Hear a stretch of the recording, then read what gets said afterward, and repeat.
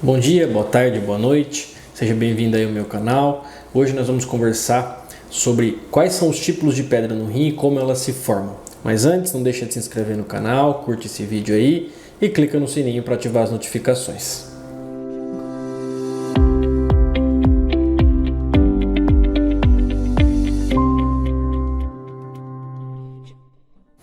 Então, basicamente, nós temos 4 tipos mais comuns de pedra nos rins.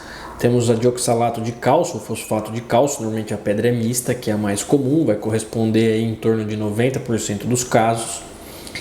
Essa pedra normalmente ela é formada por deposição de cristais de cálcio dentro do rim. Imagine um copo com água. Se você pegar um copo com água e colocar uma colher de sal e mexer, o sal vai desaparecer. Conforme você vai acrescentando sal nesse copo, vai chegar uma hora que mesmo você mexendo, vai acumular o sal no fundo do copo. Acontece exatamente a mesma coisa dentro do rim. A diferença é que o sal não é o sódio que nós costumamos colocar na nossa comida, é o oxalato de cálcio.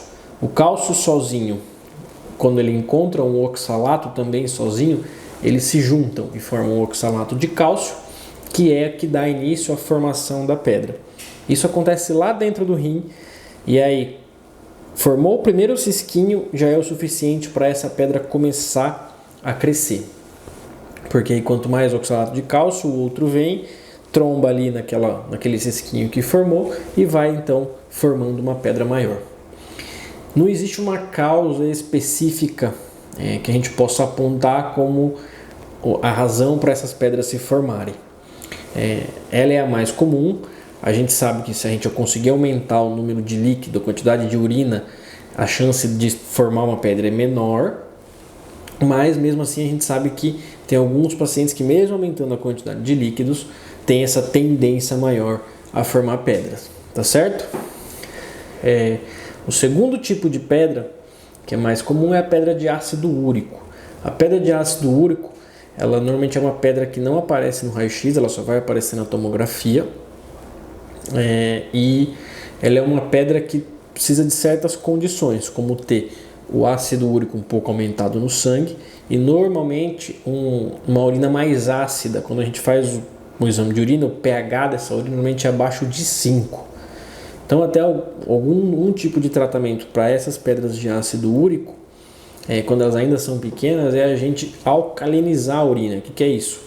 A gente dá medicamentos que tornem a urina mais básica, ou seja, menos ácida. E aí essas pedras conseguem então serem dissolvidas. Elas não são as mais comuns, tá? Elas normalmente são pedras mais alaranjadas quando a gente tira. E essas pedras também podem causar a crise de cólica renal. Elas correspondem a 2 a 3% mais ou menos dos casos de pedra nos rins. É mais comum em homens, portanto, justamente porque os homens normalmente têm um ácido úrico mais elevado. E também o tratamento vai fazer o controle do ácido úrico elevado no sangue, tá? Então você tem que aumentar o pH da urina e fazer o controle do ácido úrico no sangue.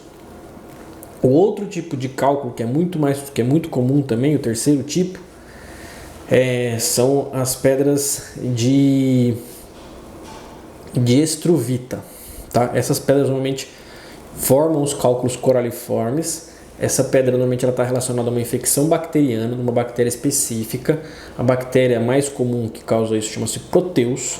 Essa bactéria ela produz uma substância que vai fazer com que o urato que tem o ácido úrico não, desculpa, a ureia se transforme em urato.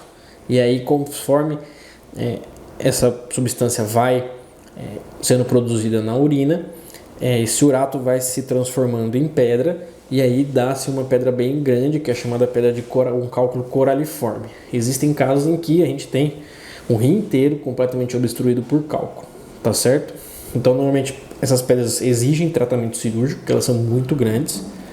A grande maioria aí acima de 2,5 centímetros. E também precisa de um tratamento de antibiótico prolongado, principalmente se a paciente ainda está com a pedra.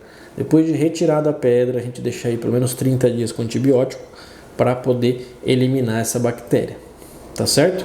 E o último caso é um caso O último tipo de pedra chama-se cálculos de cistina. A cistina é uma substância que normalmente não está presente na urina das pessoas normais, mas existem algumas alterações genéticas em que a pessoa começa a eliminar a cistina na urina. Chama cistinúria. E aí, essa eliminação de cistina predispõe à formação de cálculos. Normalmente, esses pacientes são pacientes que produzem muitas, mas muitas pedras mesmo, e são pedras realmente pequenas. Então, são pacientes que desde a infância já começam a eliminar pedras. Teve pacientes que já teve eliminação de mais de 10, 15, 20 vezes pedra no rim, já precisou operar inúmeras vezes. Então, é uma doença que causa bastante cálculo renal e que quando você tem essa abundância de pedras aí, tem que se investigar essa doença que chama-se cistinúria, tá certo? Se você ficou com alguma dúvida, pode deixar aí nos comentários que eu respondo para você.